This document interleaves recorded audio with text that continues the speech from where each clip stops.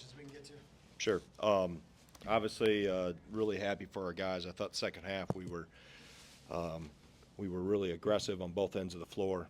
Defensively, was able to turn some things up a little bit, and then got to the rim, got to the foul line, and then eventually were able to get some threes to go in. But the group continues to find ways. I think this is a really, really good team, and really good teams win in a multitude of ways and find ways to win. And in this group, when we were back and forth in the first half, I thought we had more of an edge to us in the second half and more of a bite to us, specifically on the defensive end, and that ignited some things for us offensively. But obviously we know it's a good team that can put a lot of points on you. I thought we did a really good job on Peyton Sanford. I thought Josh got loose a few times, and obviously he made some tough shots as well. But for the most part, we were able to limit them to one shot for the most part, and take care of the ball better in the second half too. That was important to not let them get some baskets in transition and broken plays where they could score quickly in transition. So, any questions? What kind of step is this for your team defensively? I think it just shows how much they're buying in and how much they're getting better. I thought obviously we played with a smaller lineup for the most part until down towards the end when I went back to Nolan and Steve. But I thought Steve was really good in the ball screens. I thought he kept the offensive guard on their heels. I thought we lost Peyton early. We went under a screen. He had a three in front of our bench, but for the most part, we were pretty well attached to the shooters, and then we were able to cover for each other when there was a breakdown. We had either a 4 or 5 ready to absorb the offensive player that maybe broke loose. Can you speak just to the pressure that they were Yeah, I think the biggest thing was just be more aggressive, and that's what we talked about at halftime. Compete. I didn't feel we competed at the level that we need to compete at in the first half. In the second half, I thought we were much better in that category, and that makes you more aggressive, right? That fuels your defense, that fuels your offense. Just compete, and the ball will go in if you play harder and make good things happen, and they did that. Can you just speak to the value of having a guy like Tajay who can draw fouls? I think he had about 4 within about a 5 or 6 minutes. Yeah, I mean, he's a big guard that can play in space and get downhill, and he's such a threat from 3.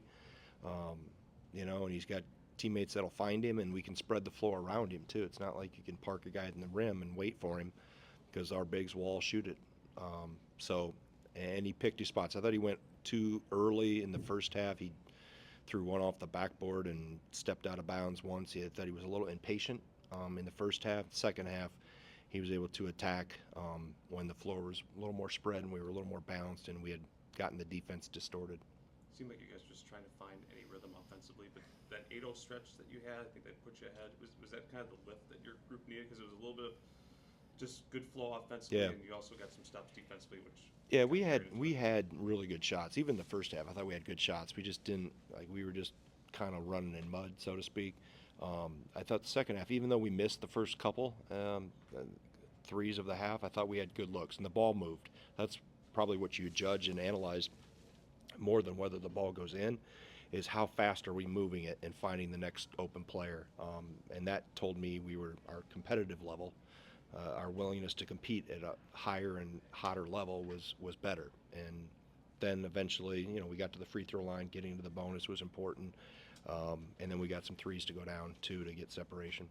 How valuable was Steve controlling the interior? Yeah, I mean, he was really good. I thought he was really good in the ball screens. He switched on to guards at times and didn't let them, rock him and shoot threes over him. I thought he was really good on the defensive glass too.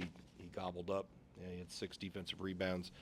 And then playing through him too, even though the perimeter gets a lot of the attention, we played through him and then played out of the post double that they were throwing at him and played advantage basketball outside of the post trap.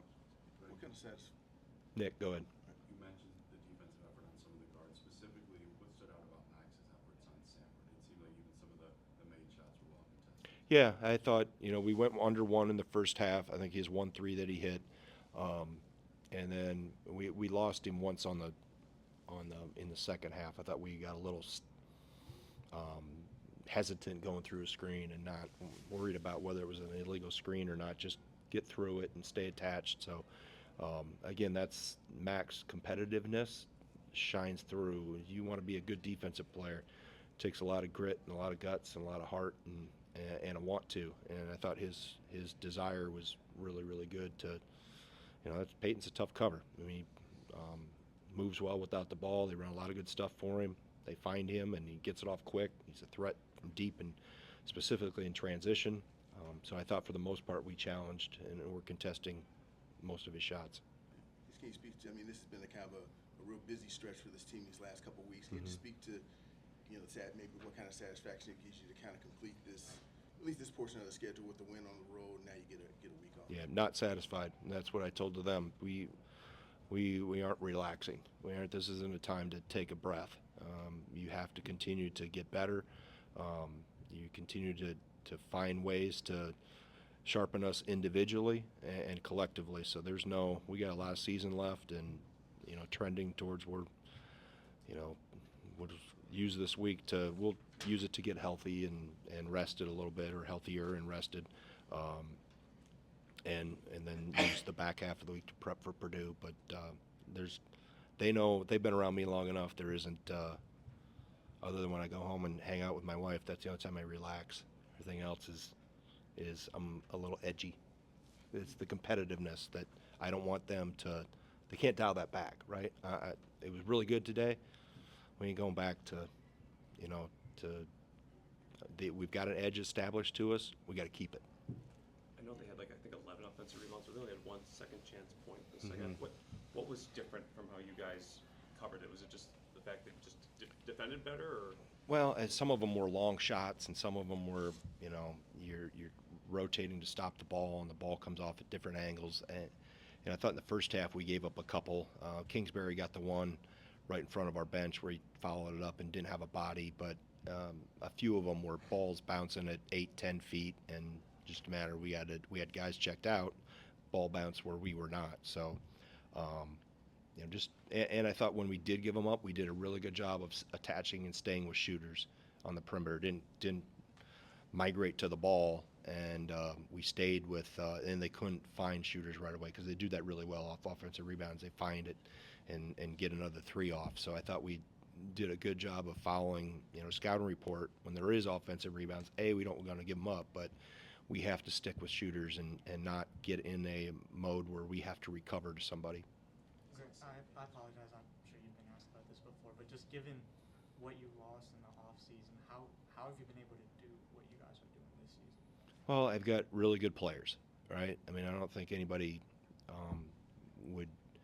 you can't win at a high level like this without really good players. And I think that's first and foremost. And I know that's the nature and the era we're in, where there's a transient nature in college athletics, specifically college basketball. I've always felt we're kind of the trendsetter, even compared to other sports. But our staff did an amazing job of putting together this roster of how and who we were going to select in the transfer portal, and how we were going to get this team together, and really intentionally built the roster of being deep at every position, and not having too much of X and not enough of Y, and vice versa. And then it comes down to, obviously, the chemistry of the group, because that's always a coach's concern, is when you bring in, whether it's freshmen or transfers, how does this whole group come together?